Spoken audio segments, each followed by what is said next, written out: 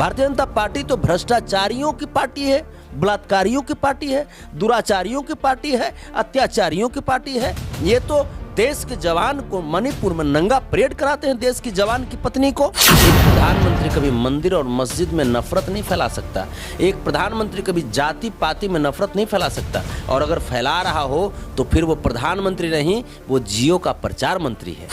RJD से अगर उनको टिकट मिल जाता है तो पवन सिंह जी रिकॉर्ड वोट से जीत करके पार्लियामेंट जाएंगे। यादव समाज उनको वोट देंगे। हम आपको बता तो रहे हैं, जनता पार्टी चंदा चोर नहीं तो कौन है।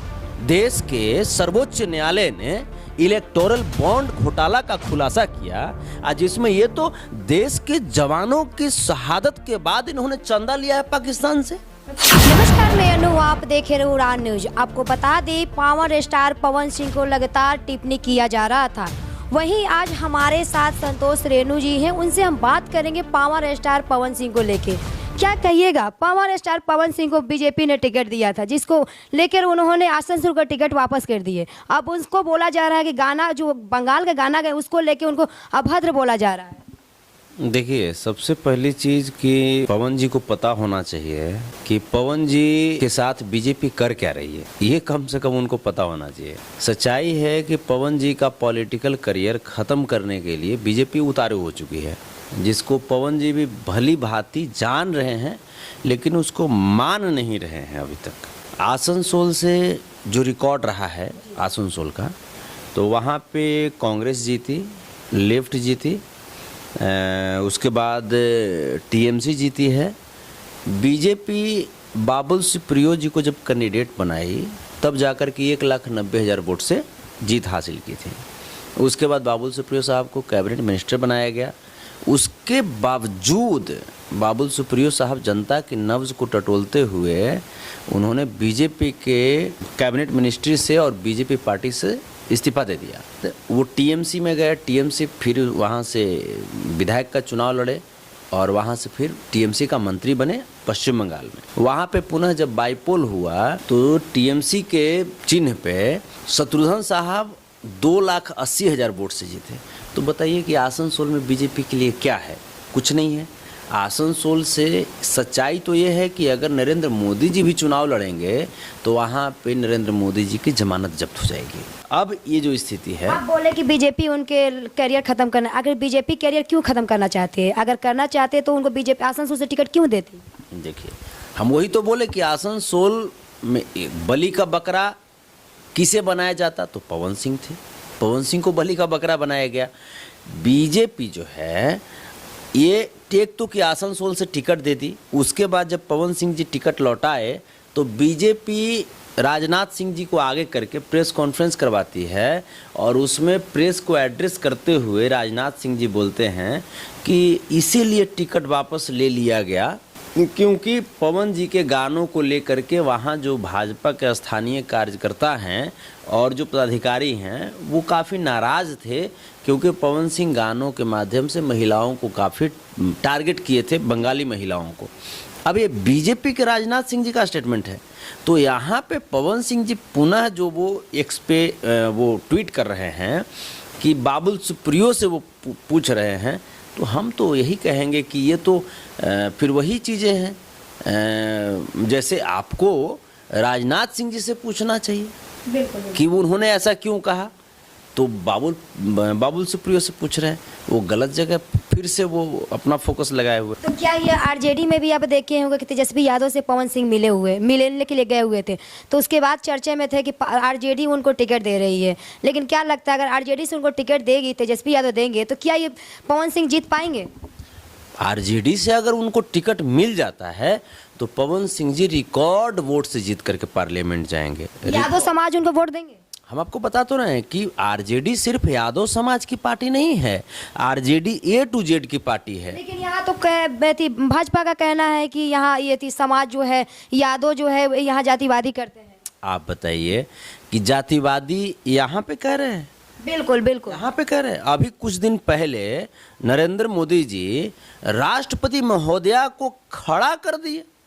जब भारत रत्न दिया जा रहा था लाल कृष्ण आडवाणी जी को, तो राष्ट्रपति महोदया द्रौपदी मुर्मू जी वो खड़ा होकर के लाल कृष्ण आडवाणी को भारत रत्न दे रही हैं और नरेंद्र मोदी जी वहाँ पे बैठ करके कुर्सी पे और ताली बजा रहे हैं। आप बताइए कि ये जातिवादी माइंड सेट नहीं है तो कौन सा माइंड सेट है कि एक आदिवासी महिला, सम्मानित महिला, एक गरीब शोषित वंचित समाज की महिला खड़ी हैं, देश की सर्वोच्च पद पे बैठी हुई महिला खड़ी हैं और एक प्रधानमंत्री बैठे हुए हैं।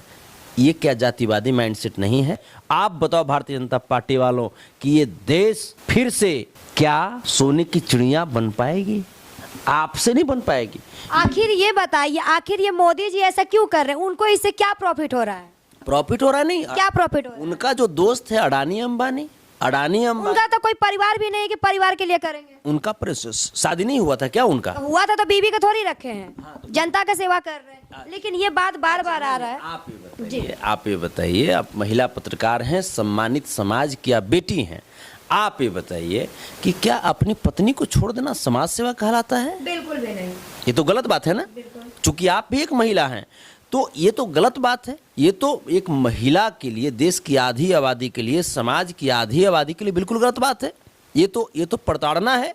तो जब नरेंद्र मोदी जी ऐसा कर रहे हैं तो वो क्या मैसेज देना चाहते हैं? ये तो गलत मैसेज है ना। तो हम वही चीज़ कह रहे हैं कि समाज में सभी वर्गों को एक साथ लेकर के चलते, और यही सोच होनी चाहिए एक प्रधानमंत्री का। एक प्रधानमंत्री कभी मंदिर और मस्जिद में नफरत नहीं फैला सकता। एक प्रधानमंत्री कभी जाति पाति में नफरत नहीं फैला सकता, और अगर फैला रहा हो तो फिर वो प्रधानमंत्री नहीं, वो जियो का प्रचार मंत्री है। अच्छा, तो ये आप जैसे अब जाते जाते आपसे एक ये सवाल रहेगा कि अगर power star Pawan Singh RJD से आ रहे हैं तो उनकी जीत पक्का है? अगर आरजेडी से उनको टिकट मिल जाती है तो पवन सिंह जी आरजेडी के सिंबल पे रिकॉर्ड वोट से जीत करके पार्लियामेंट जाएंगे, क्योंकि 17 महीनों में तेजस्वी यादव ने नौकरी दिया है, रोजगार दिया आप एक बात बोल रहे हैं, अभी 17 महीने में तेजस्वी यादव ने नौकरी दिया है, लेकिन नौकरी के तेजस्वी यादव के लेकर ही बड़ा बयान भाजपा सरकार का कहना है कि आखिर तेजस्वी यादव कहां से नौकरी दिए हैं? वहां तो नीतीश कुमार ने सिग्नेचर किए हैं। इतना दिन आखिर उनके चारा चोर उनको बोला जाता है, उनके पिताजी को। अब ये चंदा चोर लोग बोलने की हिम्मत अभी भी रखते हैं क्या? चंदा चोर कैसे कर रहे हैं? अब भारतीय जनता पार्टी चंदा चोर नहीं तो कौन है? देश के सर्वोच्च न्यायालय ने इलेक्टोरल बॉन्ड घोटाला का खुलासा किया, आज जिसमें ये तो देश के जवानों की शहादत के बाद इन्होंने चंदा लिया है पाकिस्तान से। अच्छा, ये क्या बोलेंगे? पुलवामा हमले में जो हमारे देश के जवान हैं जो शहीद हो गए, उनके बदले में इन्होंने पाकिस्तान से 500 करोड़ रुपए चंदा लिया है। ये क्या बोलेंगे भारतीय जनता पार्टी वाले लोग? भारतीय जनता पार्टी तो भ्रष्टाचारियों की पार्टी है, बलात्कारियों की पार्टी है, दुराचारियों की पार्टी है, अत्याचारियों की पार्टी है। ये तो देश के जवान को मणिपुर में नंगा परेड कराते हैं, देश की जवान की पत्नी को, देश के जो महिला खिलाड़ी हैं सम्मानित, जो देश की ताज में 4 चांद लगाती है मेडल जीत करके, उनको पार्लियामेंट के सामने चीरहरण करती है। ये भारतीय जनता पार्टी ये क्या बोलेगी? ये बोल सकती है क्या? ये चंदा चोर लोग, भारतीय जनता पार्टी चंदा चोर की पार्टी है, ये क्या बोलेगी? और जो 17 महीने में तेजस्वी यादव जी ने जो काम किया है, तो अगर इस पे भारतीय जनता पार्टी सवाल उठाती है तो 17 साल तक अगर नीतीश बाबू इतने ही काम करने वाले थे, अगर एनडीए पार्टी डबल इंजन की सरकार इतनी ही काम करने वाली थी, तो 17 साल तक क्यों नहीं नौकरी दिया? 17 साल में उन्होंने क्या किया है वो लेकर के आ जाए डेटा, और 17 महीने में तेजस्वी यादव जी ने क्या किया है वो डेटा लेकर के हम आते हैं और गांधी मैदान में दोनों मिला लें पूरी जनता के सामने, दूध का दूध पानी का पानी हो जाएगा। तो चलिए, जैसे कि आपने सुना पावर स्टार पवन सिंह को लेके कि उन्हीं का भाजपा का ही टिकट भी दिया जा रहा था, वहीं लेकिन उनको भाजपा का ही भोजपुरी के बोला जा रहा है कि ना सपोर्ट कर रहे हैं, लेकिन वहीं अगर वो आरजेडी से आ रहे हैं तो वहां पर वो आरके सिंह हो या कहीं से भी अगर सिंबल से खड़ा हो रहे हैं तो रिकॉर्ड तोड़ेंगे। तो ऐसे ही तमाम खबरों को देखने के लिए बने रहिए उड़ान न्यूज के साथ।